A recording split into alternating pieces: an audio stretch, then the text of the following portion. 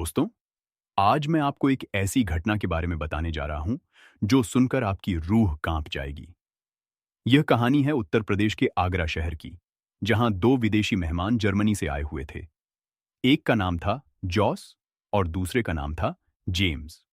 ये दोनों आगरा के एक बेहद शानदार 5 स्टार होटल में ठहरे हुए थे। अब सवाल यह है कि ये दोनों आगरा क्यों आए थे। देखिए दोस्तों, इनका मकसद था आगरा को पूरी तरह से घूमना, यहाँ के सभी पर्यटन स्थलों को देखना और खास तौर पर दुनिया के 7 अजूबों में से एक ताजमहल को अपनी आंखों से देखना। लेकिन दोस्तों, इन दोनों के मन में कुछ और ही चल रहा था। ये दोनों एक अजीब किस्म के इंसान थे।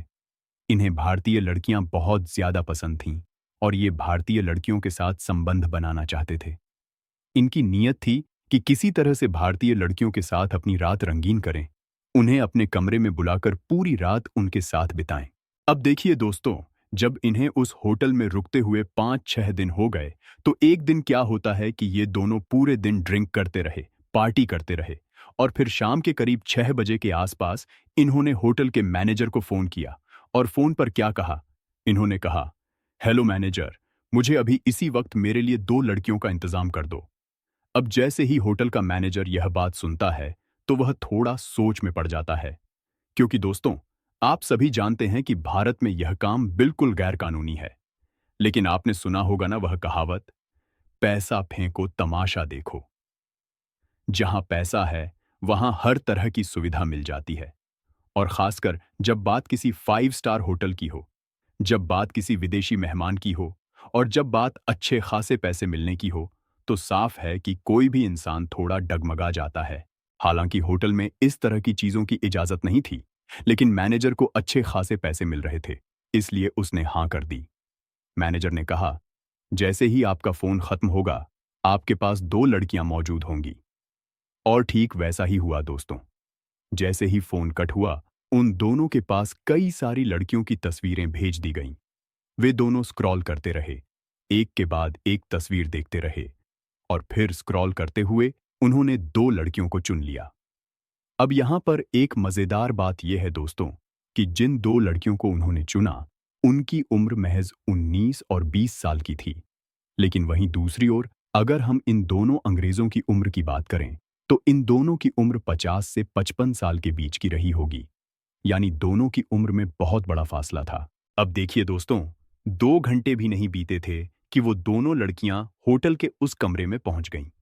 और जब वो दोनों लड़कियां कमरे में आईं, तो उन्हें देखकर ये दोनों अंग्रेज, जिनमें एक का नाम जेम्स था और दूसरे का नाम जॉस था, बेहद खुश हो गए। खुश होने की सबसे बड़ी वजह यह थी कि एक तो उन्हें भारतीय लड़कियां बहुत पसंद थीं और दूसरा कि वे भारतीय लड़कियों के साथ अपनी रात रंगीन करना चाहते थे। और अब उनका सपना साकार होता दिख रहा था। और उससे भी बड़ी खुशी की बात यह थी कि ये दोनों लड़कियां बेहद खूबसूरत थीं। उन दोनों अंग्रेजों को यकीन नहीं हो रहा था कि भारत में भी इतनी खूबसूरत लड़कियां होती हैं। जैसे ही वे दोनों लड़कियों को देखते हैं, वे और भी ज्यादा ड्रिंक करने लगते हैं, शराब पीते जाते हैं और पीते जाते हैं। और फिर दोस्तों, जब नशे में वो दोनों अंग्रेज पूरी तरह से धुत हो जाते हैं, तो वे अपना असली रूप दिखाना शुरू कर देते हैं। वो दोनों अंग्रेज बेहद बेरहमी से, बड़ी दरिंदगी से दोनों भारतीय लड़कियों के साथ शारीरिक संबंध बनाने लगे। वो लड़कियां डर रही थीं, चीख रही थीं, चिल्ला रही थीं, मानो वे गुहार लगा रही थीं कि बस, अब छोड़ दो, अब बहुत हो गया।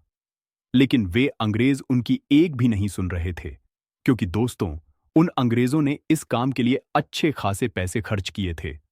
और इधर इन दोनों लड़कियों की भी मजबूरी थी। देखने से तो दोनों लड़कियां सभ्य घर की लग रही थीं। एक का नाम था रिया और दूसरी का नाम था पल्लवी। रिया और पल्लवी देखने में बिल्कुल भले घर की लड़कियां लग रही थीं।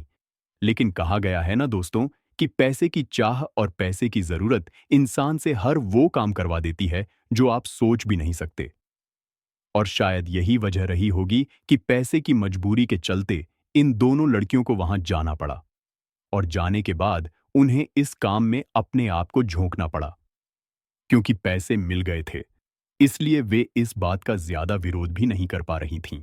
और इधर वे अंग्रेज जैसे चाहे वैसे पूरी रात दोनों एक साथ मिलकर जानवरों की तरह उनके साथ संबंध बनाते रहे। प्राकृतिक, अप्राकृतिक, जितना हुआ, जैसे हुआ, वे तमाम तरीके अपनाए।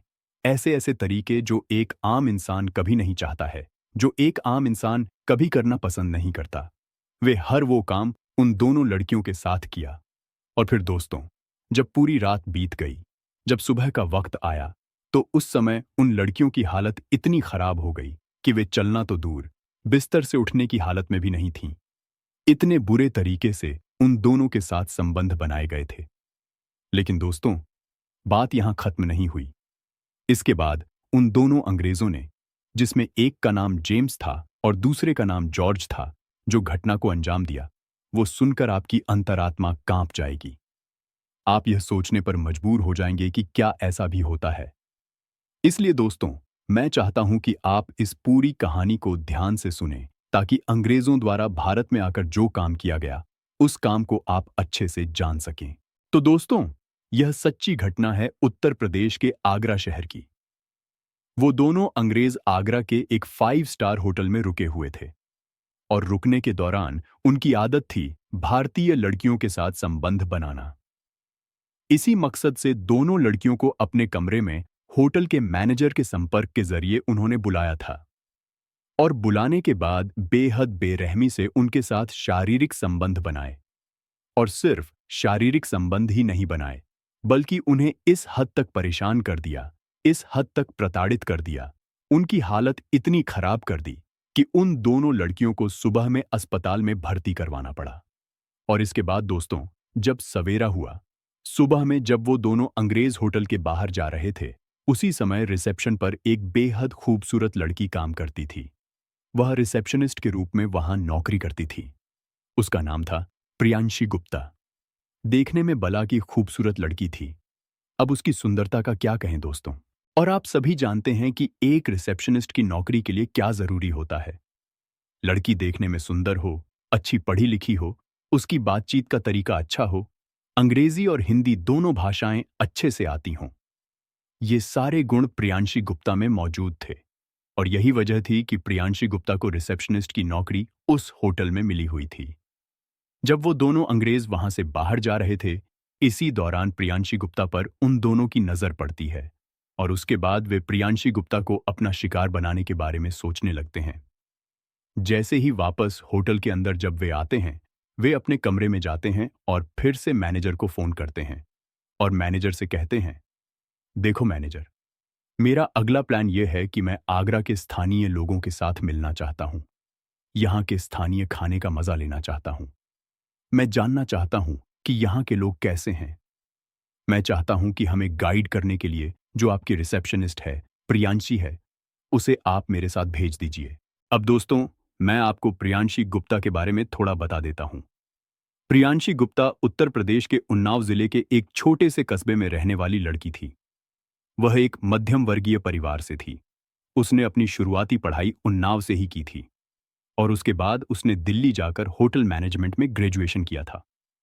और जब उसकी होटल मैनेजमेंट की पढ़ाई दिल्ली में पूरी हुई, तो रिसेप्शनिस्ट के रूप में उसकी नौकरी आगरा के एक 5 स्टार होटल में लग गई और उसी समय से वह वहां काम कर रही थी। जब होटल का मैनेजर उन दोनों अंग्रेजों से यह बात सुनता है कि वे चाहते हैं कि गाइड के रूप में उस लड़की को उनके साथ भेजा जाए ताकि वह लड़की रहेगी तो स्थानीय भाषा का ज्ञान उन्हें नहीं है, वह उन्हें अनुवाद करके बताएगी कि आखिर ये लोग क्या बोल रहे हैं, ताकि वे यहाँ के लोगों को अच्छे से समझ सकें। उन्हें 3, 4, 5 दिन अभी आगरा घूमना था। तो होटल का मैनेजर प्रियांशी से पूछता है, प्रियांशी, क्या तुम इन दोनों अंग्रेजों के साथ जाना चाहोगी गाइड के रूप में? और दोस्तों, प्रियांशी गुप्ता ने आगे पीछे कुछ नहीं देखा, कुछ नहीं सोचा, कुछ नहीं समझा और अपनी हां भर दी। उसने कहा, हां बिल्कुल, क्यों नहीं, मैं जाना चाहूंगी। और जाने के पीछे कारण भी थे। पहला कारण तो यह था कि मुफ्त में उन अंग्रेजों के साथ पूरा आगरा उसे घूमने का मौका मिल रहा था और दूसरा कारण यह था कि होटल की रिसेप्शनिस्ट के उस उबाऊ काम से कुछ दिनों के लिए उसे छुट्टी मिलने वाली थी, इसलिए उसने हां कर दी। अब दोस्तों, इन दोनों अंग्रेजों के साथ प्रियांशी गुप्ता आगरा शहर घूमने के लिए निकलती है।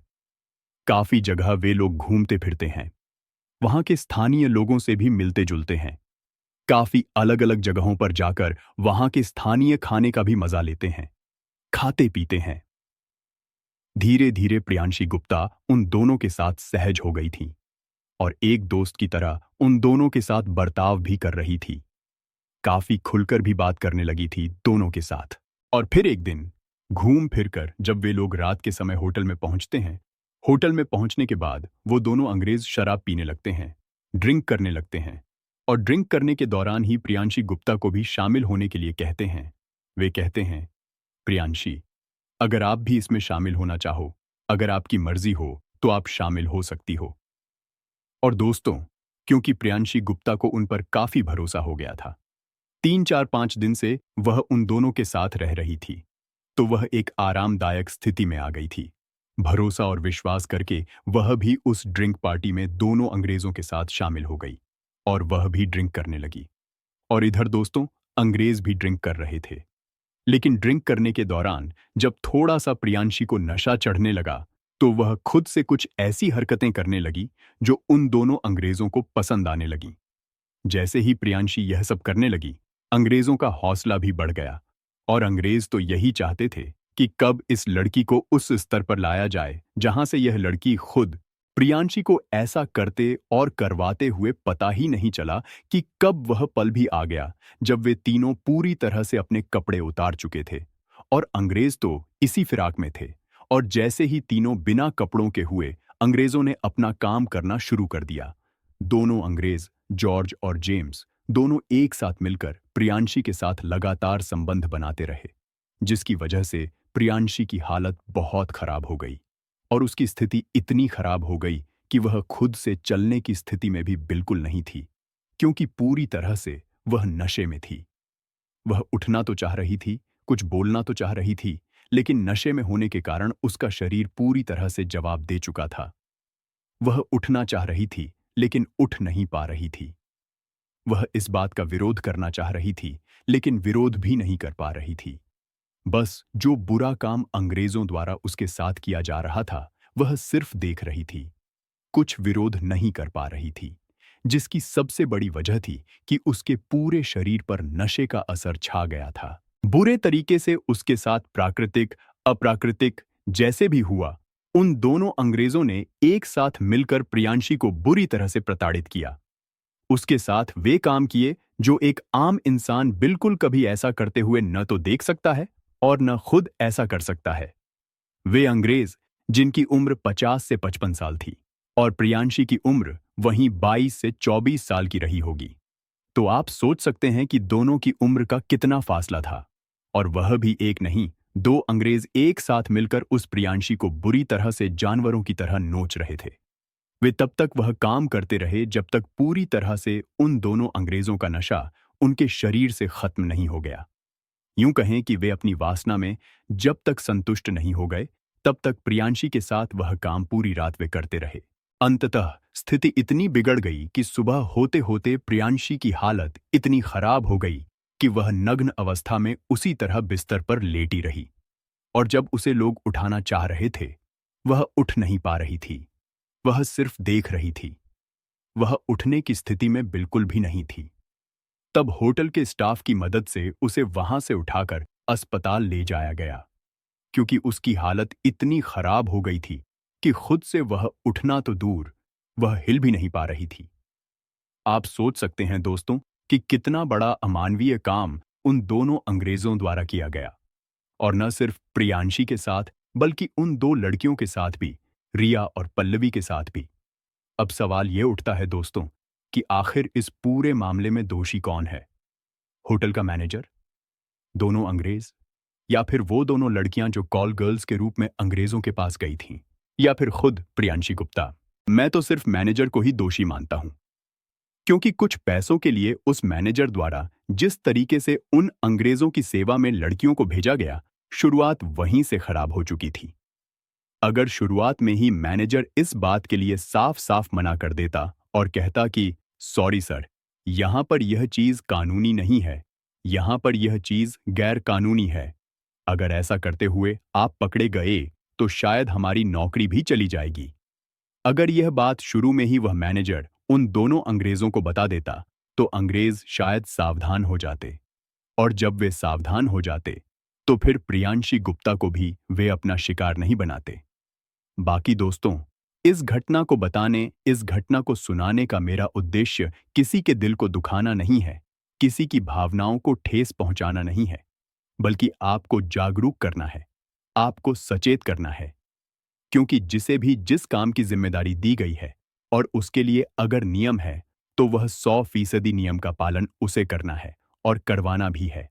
उस नियम को अगर तोड़कर, उस नियम को अगर तोड़कर आप कोई काम करते हैं, तो उससे न सिर्फ आपका व्यक्तिगत नुकसान है, बल्कि एक नियम टूटने के साथ ही कई सारे नियम भी टूटना शुरू हो जाते हैं।